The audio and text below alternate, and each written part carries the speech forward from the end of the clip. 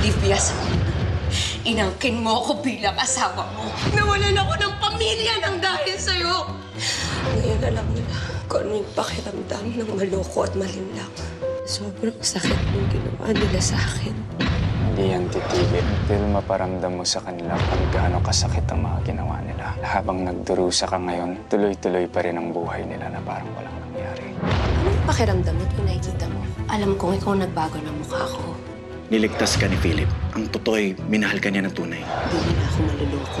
Tumulong ka sa krimen na ginawa ni Philip. Kaya sisiguraduhin kong pagbabayaran yung lahat ng ginawa niyo sa akin. Wala kang kasing lakit. Mga gamit! Alas! Get out! Yung ginagawa mo dito, Maghahanap ako ng paraan para makalaya ka. Kung ano man yung binabalak mo, huwag mong gagalawin si Claire. You mean, Olivia, gagawin ko ang gusto ko sa paraan na gusto ko. Nahihirapan ako sa kaso ni Philip. Kasi really did. Nasawa siya ni Philip, niyurakan ng pagkababae. From where I stand, that's rape. bang hindi pa tuloy ang bumabalik ang mga alaala mo, ako ang gagawa nito para sa'yo. Papaalala ko sa'yo kung paano tayo magmahalan dati. Sorry. Hindi pa ako ganun kakomportable. Naiintindihan ko. Mawawalang bisa yung kasal ng dalawa. Kaya tanggapin mo na lang. Temporary replacement ka lang. Tigilan mo nga yung ilusyon mo. Hindi ikaw ang bala kong tirahin. Marami pong nakapila eh. Nandito ako para kasuhan ang ospital na ito. Huwag mo naman akong patawanin. Tingnan natin kung makakatawa ka pa pag nalaman mo ang kliyente ko ay si Olivia Camino. Parehas nating alam ang lahat ng kalokohan ng mga doktor mo dito. At dahil empleyado mo sina Dr. Philip at Dr. Emil, mananagot ang ospital na ito sa lahat ng ginawa ninyo kay Olivia. Ang tawag doon? Vicarious liability.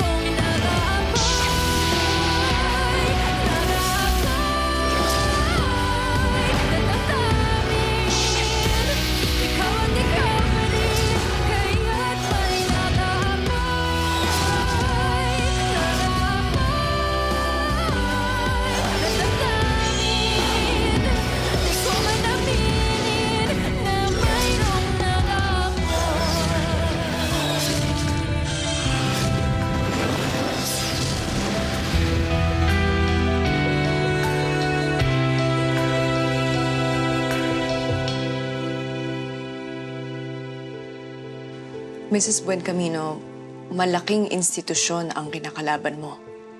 Hindi ka ba natatakot matalo? Sila ang dapat matakot. Dahil malaking krimen ang ginawa ng empleyado nila sa akin. Dapat din silang managot. Punta tayo ngayon kay Philip Salazar. Kilala siya bilang isang magaling na doktor. May malasakit sa mga pasyente. Anong reaksyon mo nung nalaman mo yung ginawa niya sa'yo? Hindi ko masigmura. Napakasama niya. Nakakulong na siya pero hanggang ngayon, natatakot ako sa pwede niyang gawin. Lalo na't hindi naman nakakulong yung kasabot niya. Sinasabi mo bang hindi siya mag-isa sa krimeng ito? Ano meron? Hindi. May kasabot siya.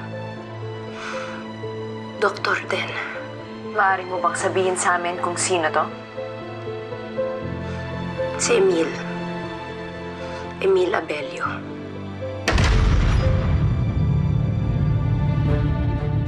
marami ka palang kakasuhan.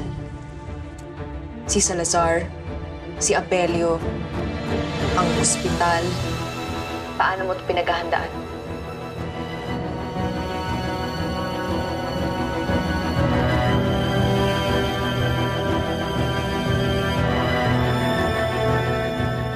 Handa na ako. At ang katotohanan ang sandata ko.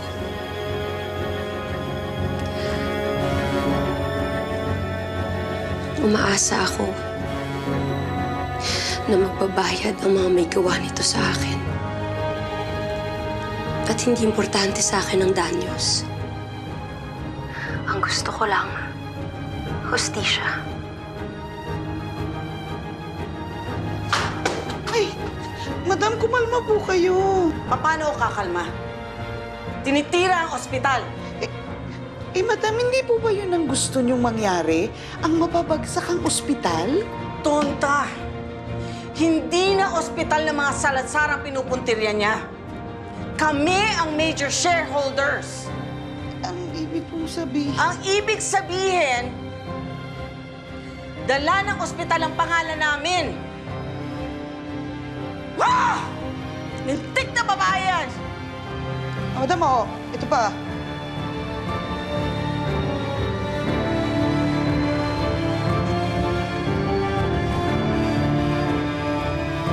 Salamat, Mrs. Buencamino.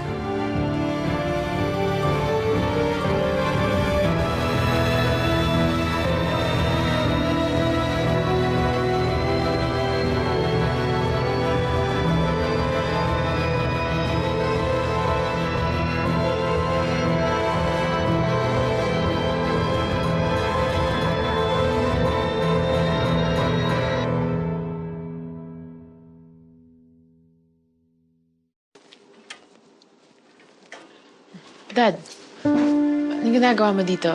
May kailangan ka? Are you feeling okay? Ikaw ang dapat na tinatanong ko niyan. Napapanood ko ang balita. May mga nakarating sa aking mga kwento. May magagawa ko para patingin niya ang asawa mo.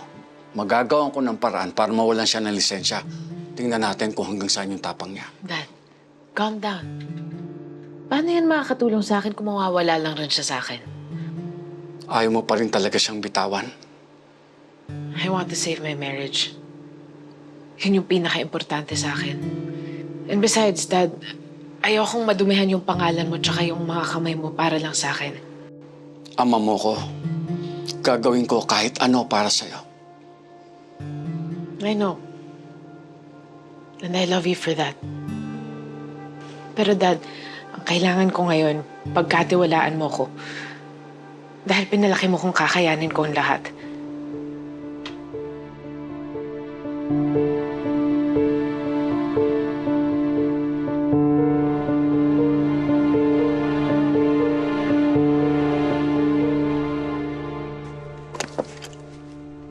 Ma, ano nangyari?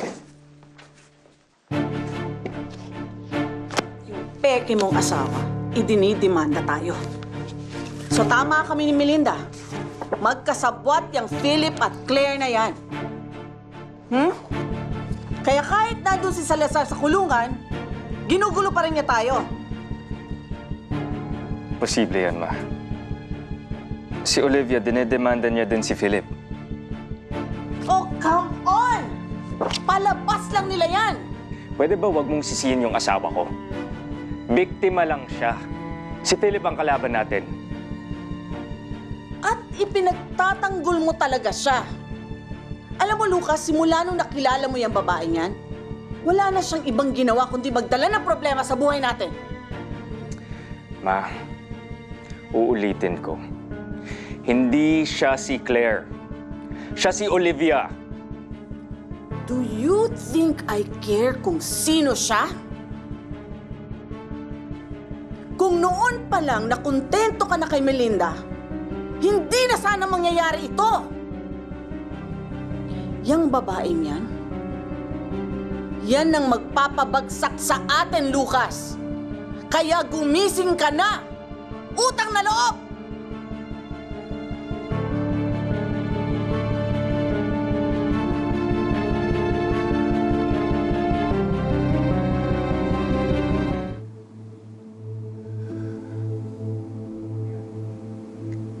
Sina Philip at Emil ang nagbago ng mukha ko. Ginawa nila yon sa ospital.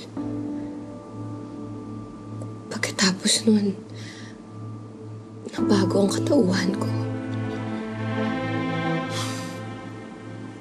Hindi basta-basta yung nawala sa akin, Lucas. Pagkatao ko, buhay ko, at ikaw.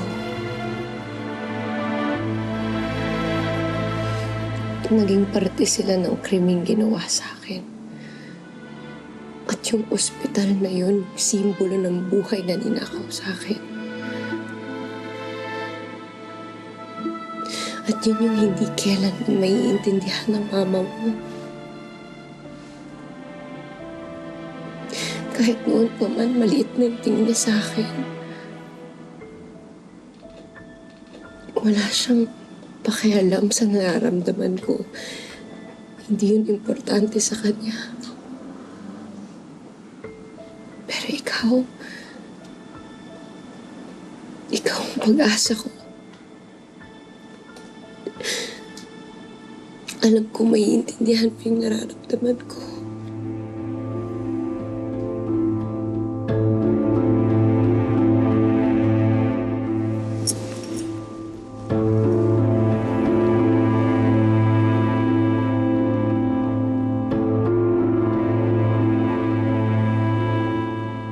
Iintindihan ko.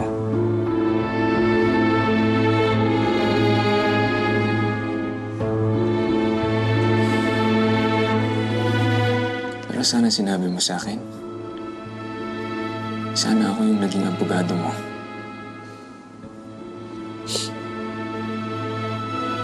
Ayokong maipit ka kasi sa mama mo eh. Ayokong mahirapan ka.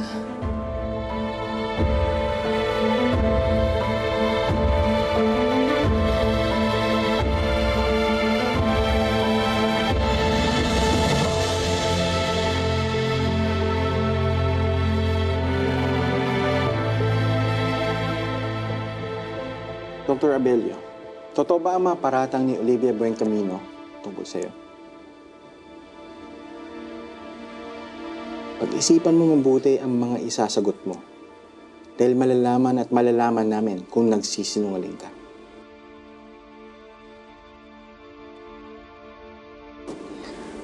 Totoo po. Inoperahan po namin si Claire. Si Olivia. Pero ginawa lang ho namin yun para iligtas ang buhay niya. Pero maling-mali ang ginawa niya. Ngayon, damay pa ang ospital. Gusto lang namin iligtas ang buhay niya. Delikado ang lagay niya pagkatapos ng aksidente. Ginawa niyo ng palihim. In the middle of the night na walang basbas ang ospital.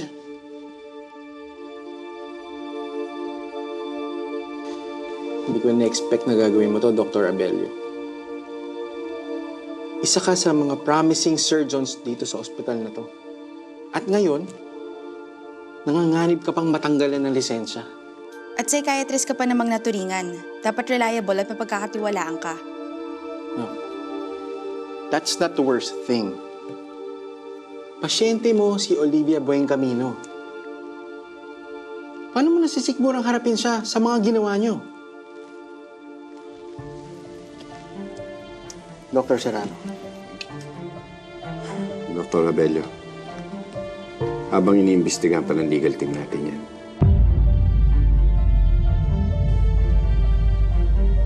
pahinga ka muna. Preventive suspension. Ipagdasal mo, yan lang ang parusa mo.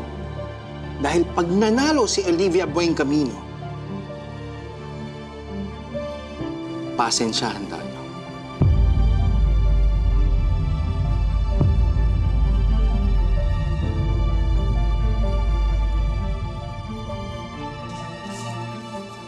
Ang laki ng kasalanan ko sa kanya.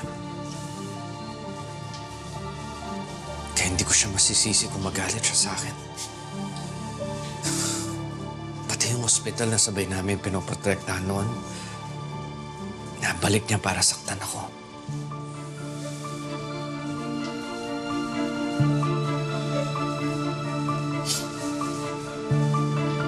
Nakita ko na to. Ito na yung kinakatakutan ko. Pilit kong ihanda yung sarili ko, pero...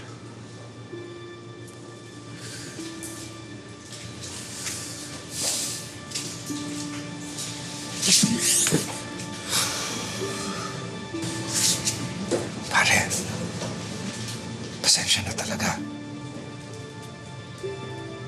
Kahit ilang beses ako humingi ng tawad sa'yo, alam ko hindi yun sasapat. Libre. Ang pilitang nangyari. Sariling desisyon kong tulungan ka. Dahil kaibigan kita.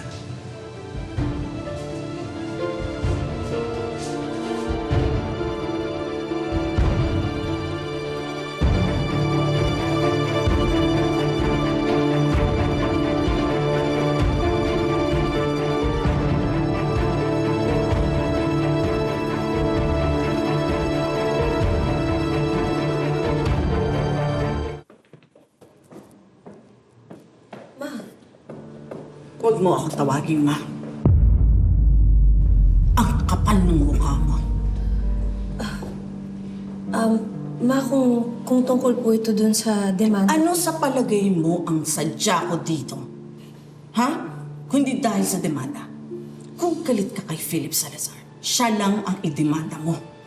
Huwag ang ospital ko. Naging posible po kasi yung ginawa ni Philip sa akin dahil co-owner siya ng ospital na yun. Buen Camino Memorial Hospital ang idinidemanda mo. Pangalan ng pamilya ko ang hinihila mo sa putikan. Pangalan lang po ang nagbago. Pero hindi nagbago ang katotohanan na ginamit ni Philip ang posisyon niya sa ospital na yun para baguhin ang mukha ko, para ilayo ako sa asawa ko. Tikas ng ulo mo. Ikaw babae ka. Itigil mo itong kalokohan na to. Hindi mo gugustuhin makalaban ako. Hindi ko po kayo kinakalaban. At kung pwede po sana wag niyo akong duruhin dahil magalang po ako nakikipag-usap sa inyo. Bigyan niyo rin po ako ng respeto kahit man lang dahil asawa ko ang anak ninyo. Asawa ka ng anak ko? Sinungaling. Hindi ikaw asawa ng anak ko! Ma! Ba't mo ginawa yun? Lucas, binabastos ako ng babae yan. Sana narinig ko lahat ng sinasabi niya.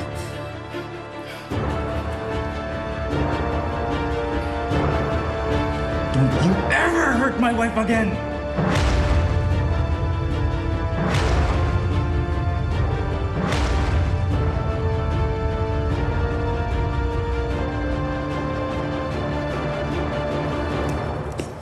Ubusin mo lahat to, Hindi mo gugutumin yung sarili mo. Salamat, Sofia. Lalo tuloy akong nagigilty dahil sa ginawa ko sa'yo. Ano ka ba naman? Huwag mong isipin yun. Bumisita ako dito para kamustahin ka. Kamusta ka na ba? Okay naman. Kaya ko dito sa loob.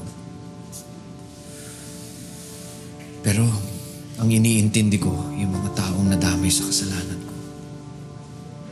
Katulad ni Emil. Nabalitaan ko nga. Hindi niya kasi deserve to eh.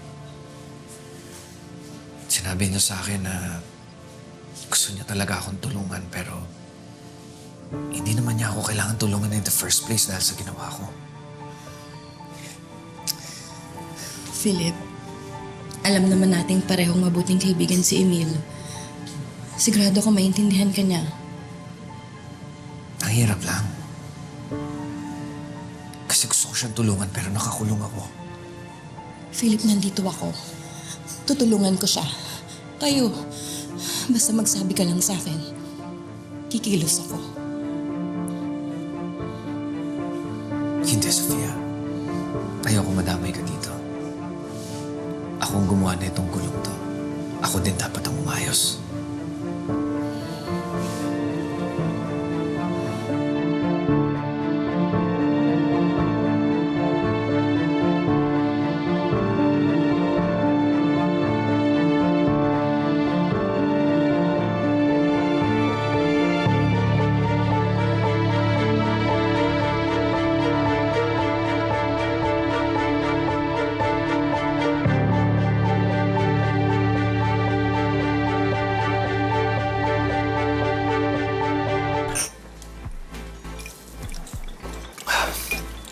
Grabe talaga galit ng nanay mo kay Olivia, no?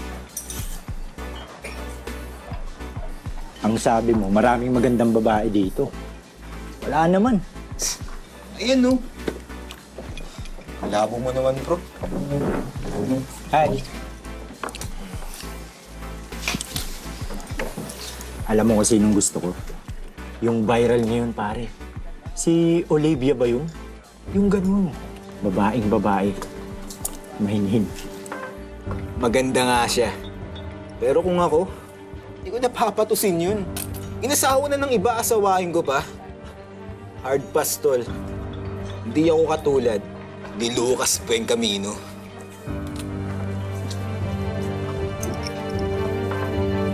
May sinasabi ka? Wala. Sabi ko, ang ganda ng asawa mo.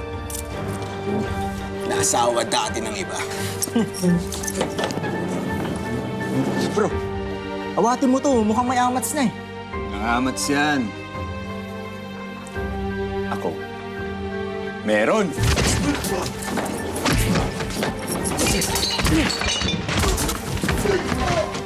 Huwag na kayong magpapakita dito ulit. Ayoko na makita yung pagmumukha nyo. Sa susunod, ipapakulong ko kayo.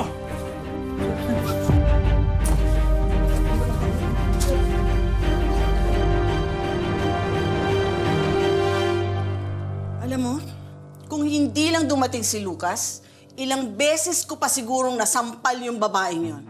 And you know what's worse? Siya talaga yung kinampihan ni Lucas. Unbelievable.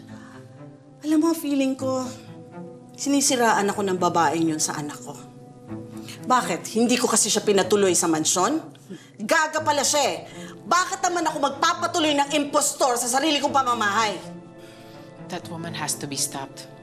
Kaliwat kanan ng pagbigay niya ng problema sa atin. Pati yung kasal namin ni Lucas, gusto niya mapawalang bisa. Pwede ba yun, ma'am? Eh, di ba legal naman yung kasal niyo ni Atty. Lucas? Well, nag-file siya ng reappearance sa civil registry stating na siya si Olivia Buencamino, ang unang asawa ni Lucas. Hinayaan mong gawin niya yon? Bakit hindi mo hinarang? Don't tell me, pati ikaw naniniwalang siya si Olivia. You disappoint me, Melinda. Matalino kang tao, pero nagpapatalo ka sa babae niya. Hindi siya si Olivia.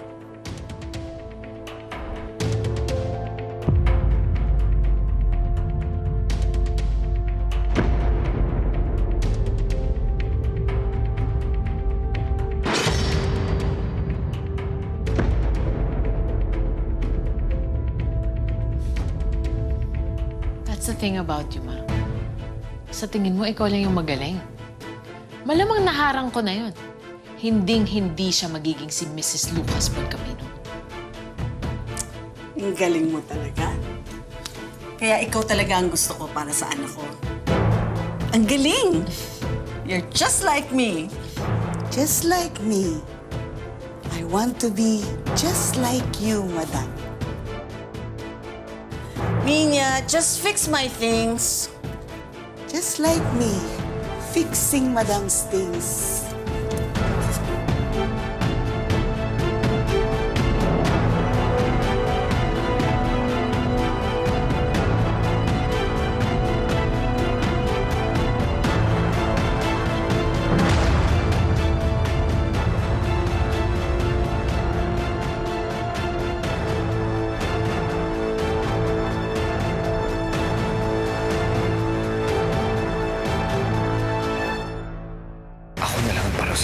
Sana matuto kang magpatawa. Anong sinasabi nilang wala akong karapatan magalit?